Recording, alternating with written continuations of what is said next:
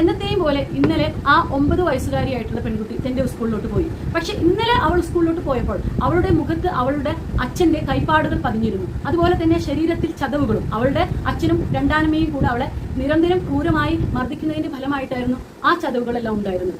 ഏതാനും ദിവസങ്ങൾക്ക് മുമ്പാണ് അൻസാർ തന്റെ 9 വയസ്സുകാരിയായിട്ടുള്ള മകളെയും അതുപോലെ തന്നെ തന്റെ ഭാര്യ ഷഫീനയെയും 4 വയസ്സുള്ള മകനെയും കൊണ്ട് തന്റെ കുടുംബ വീട്ടിൽ നിന്നും താൻ പണി ചെയ്തിട്ടുള്ള പുതിയ വീട്ടിലേക്ക് മാറി താമസിക്കാൻ തുടങ്ങിയത്. പക്ഷെ അന്ന് മുതൽ ഈ 9 വയസ്സുകാരിയായിട്ടുള്ള പെൺകുട്ടിയുടെ കഷ്ടകാലം തുടങ്ങി.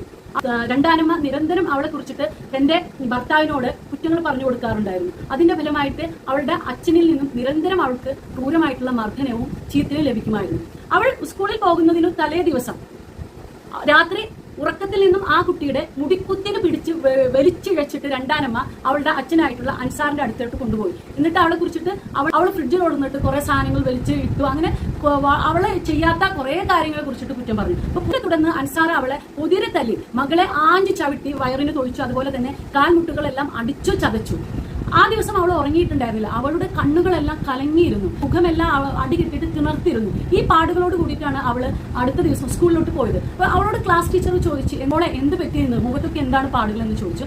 ആ കുട്ടി ഒന്നും മിണ്ടാതെ അവളുടെ സ്ഥലത്ത് പോയിരുന്നു. പിന്നെ 3ാമത്തെ പീരീഡിൽ അവളുടെ മലയാളം ടീച്ചർ വന്നു. അപ്പൊ മലയാളം ടീച്ചർ വന്നപ്പോൾ എല്ലാവരോടും പറഞ്ഞു സ്വന്തം അനുഭവക്കുറിപ്പുകൾ എഴുതാൻ വേണ്ടിയിട്ട്. അപ്പോൾ ഈ അനുഭവക്കുറിപ്പുകൾ വായിച്ചപ്പോൾ സ്കൂൾ അധികൃതരും ടീച്ചറും എല്ലാവരും ഞെട്ടിപ്പോയി. എന്താ വെച്ചാൽ ഈ വെറും 9 വയസ്സായിട്ടുള്ള കുട്ടിയുടെ മനസ്സിൽ കുട്ടി എന്തെല്ലാം ദുരിതത്തിലൂടെയാണ് കടന്നു പോകുന്നതെന്ന് അവർക്ക് മനസ്സിലാക്കാൻ കഴിഞ്ഞു. ഉടനടി അവര് പോലീസിനോട് വിവരം പറഞ്ഞു. പോലീസ് തന്റെ വീട്ടിലോട്ട് തങ്ങളെ പിടിക്കാൻ വരുന്നുണ്ടെന്നുള്ള വിവരം എങ്ങനെയോ അറിഞ്ഞിട്ടുള്ള അൻസാറും ഭാര്യ ഷഫീനയും കൂടെ വേഗം പോലീസിനെ പിടികൊടുക്കാതെ മറ്റു സ്ഥലത്തിലോട്ട് ഒളിച്ചു താമസിക്കാനായിട്ട് പോയി.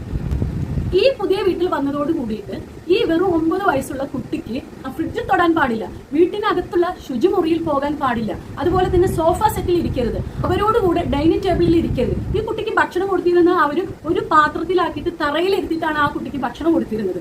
ആലോചിക്കണം, വെറും 9 വയസ്സായിട്ടുള്ള കുട്ടിയാണ്. ഈ കുട്ടിയുടെ പ്രസവത്തെ തുടർന്ന് 7ാമത്തെ ദിവസം ആ കുട്ടിയുടെ അമ്മ തെസ്നി മരിച്ചുപോയി. അതിനുശേഷം അൻസാർ തന്റെ അമ്മയുടെ സഹോദരന്റെ മകളെയാണ് ഇരുന്ന് കല്യാണം കഴിച്ചിരുന്നത്.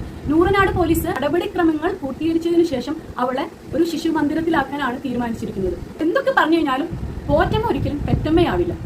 നൊന്ന് പ്രസവിച്ചിട്ടുള്ള അമ്മയ്ക്ക് പകരം രണ്ടാനമ്മയാവില്ല. ചിലപ്പോൾ ഭാഗ്യം കൊണ്ട്, അത്ഭുതം കൊണ്ട് എവിടെയെങ്കിലുമൊക്കെ അങ്ങനെ ഉണ്ടാവുമായിരിക്കും. പക്ഷെ എന്നിരുന്നാൽ പോലും 99.9% സ്വന്തം നൊന്ത് പ്രസവിച്ച അമ്മ മാത്രമേ കുട്ടികളോട് അത്രയും മനസ്സ് തുറന്നിട്ട് കുഞ്ഞുങ്ങളെ സ്നേഹിക്കുകയുള്ളൂ.